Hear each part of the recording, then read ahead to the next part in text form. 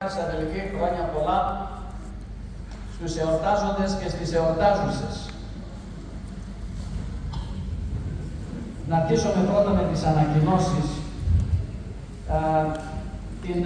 Στις 17 του μηνός, την Τρίτη, έχουμε Θεία Λειτουργία, είναι του Αγίου Διονυσίου και τον Δανιήλ του Προφήτου και των Τριών Πέτρων, 7 η ώρα με 8.30. Επίσης, να σας ανακοινώσω ότι στις 3 Ιανουαρίου θα επισκεφτεί την πόλη μας ο Θεοφιλέστατος Επίσκοπός μας, ο οποίος την Παρασκευή 3 του μηνός στις 5 η ώρα θα ομιλήσει στον Άγιο Νικόλαο, στην Εκκλησία, σε μια ομιλία με θέμα η Ορθόδοξη Χριστιανική πίστη και ζωή. Επίσης, το Σαββάτο 4 Ιανουαρίου το πρωί 9 η ώρα θα τελέσει το μυστήριο της εξομολογήσεως. Όσοι θέλετε να εξομολογηθείτε στον Θεοφιλέστατο, μπορείτε να το κάνετε. Στις 5 του μηνός θα αρχίσει η Θεία Λειτουργία στον Άγιο Νικόλαο 6 ώρα το πρωί και ο Θεοφιλέστατος θα τελέσει τον αγιασμό μετά τη Θεία Λειτουργία και μετά θα πάμε να ρίξουμε το σταυρό στη θάλασσα. Θα γίνει μία μέρα προεόρτια η κατάδυση του Τιμίου Σταυρού στη θάλασσα, διότι επ' ευκαιρία του συνεδρίου των Κριτών ο Θεοφιλέστατος είναι προσκαλεσμένος και μια που θα έρθει θα τελέσει την κατάδυση του Τιμίου Σταυρού και την ευλογία των υδάτων μία μέρα πριν από τα Θεοφάνεια. Την ημέρα των Θεοφανίων θα είναι εδώ σε εμάς. Θα λειτουργήσουμε εδώ και θα τελέσει και τον μεγάλο αγιασμό. I would like to read you again the Gospel reading of today, of the liturgy, and elaborate a bit on that. The Lord said this parable, a man once gave a great banquet and invited many. And at the time for the banquet, he sent his servant to say to those who were being invited, "Come, for all is now ready." But they all alike began to make excuses.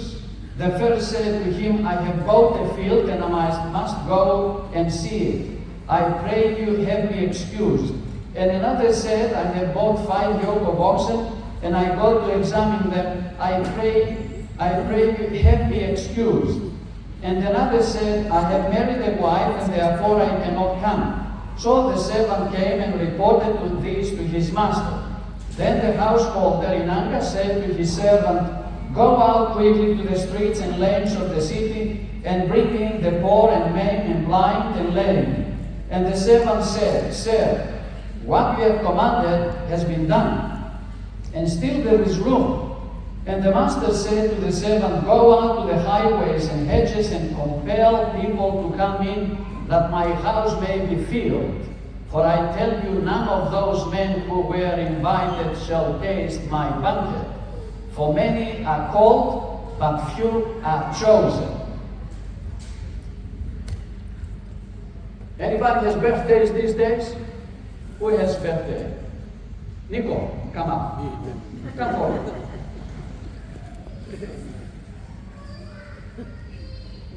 When we have birthdays and we celebrate, we invite many people, right?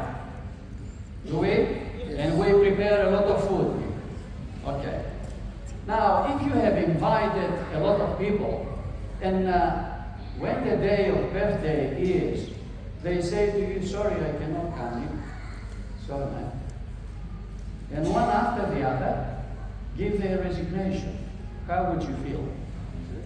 Upset, angry, disappointed.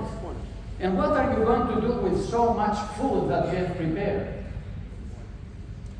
Give it probably to some organization, some poor people. This is exactly what the gospel said. This is exactly what the gospel said. Many were invited, many were called, but few are chosen. Who are those who have been chosen? Those who tasted the food. Who tasted the food? The invitees? No, none of them. All the others who were not invited primarily because they were known to the person who had his feast, his birthday, right? Okay, you can see. Thank you. So, my brothers and sisters, this is what the gospel said today. This is what Jesus has said today. In 10 days, we will celebrate Christmas. What is Christmas without Christ? M&S. It's nothing. It's nothing. Probably it is the outward things, that is the festive season, with lights, with food, with gatherings, with parties, but not with a person who has his birthday. So what kind of birthdays are these? If someone brings you a gift, a box, and it has a wrapping paper, what do you pay attention to, the wrapping paper or to the content? What? The wrapping paper, after you open it, you are eager to know what is in the box. The content, because the content is important. The wrapping paper, you will tear it off and throw it to the rubbish. The content is Christ. The wrapping paper is the festive manner, the food, the gatherings, the laughs, the parties that will come, go, and the next day we don't remember anything. But we have missed the content. What if I say to you, okay, you will have the wrapping paper and I have the content. Do you agree? No, you don't. You don't, because you want the content. And in Christmas, the content is Christ, is not the wrapping paper, is not the feast, is not the festive season, is not the lights, is not the food, is not the gatherings, is not the parties. It is Christ. And Christ invites everyone to his birthday, invites everyone to his dinner. Do you know why he called it dinner? He says the householder prepared a dinner and invited many. Do you know why he calls it dinner? He didn't call it breakfast or lunch, he called it dinner. Why? Why? The breakfast and lunch, you eat it quickly and then you are gone. In the dinner, you sit and enjoy the whole dinner all night, also many hours. So the dinner has a lot of time in it. The dinner, spiritually, that the person that Christ prepared and invited, leads to eternity. Everything else is temporal. So, breakfast and lunch is temporal. Dinner is eternal. Do we understand the paradigm?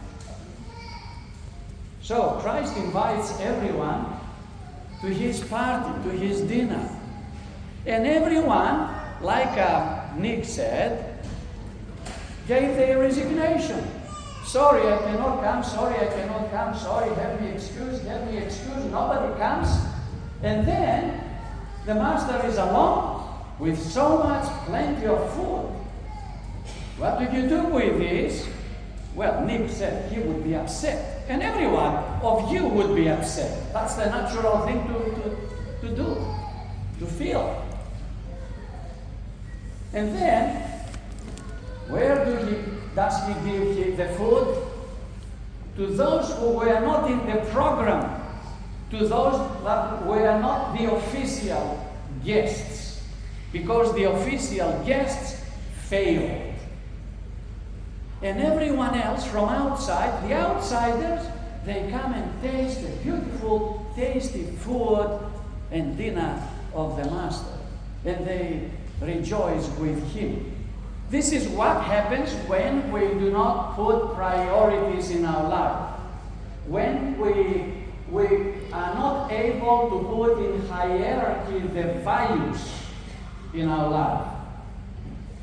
every value, but most importantly, the eternal values, not the transient so much. In this life, everyone values things and places the value of things according to how much they cost, how important they are. For example, if you have a lot of jewelry, you place a lot of value on them, you put them in a security box, so now thieves come and steal them.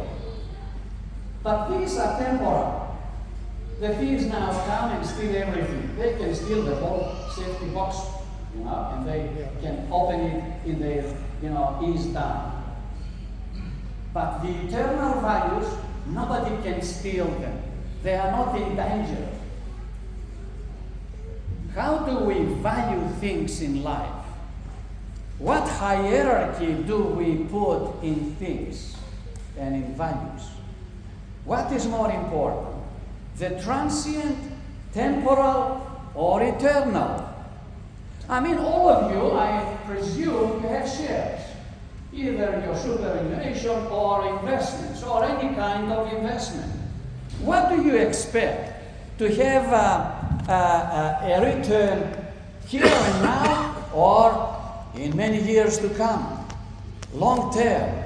It is long term that we hope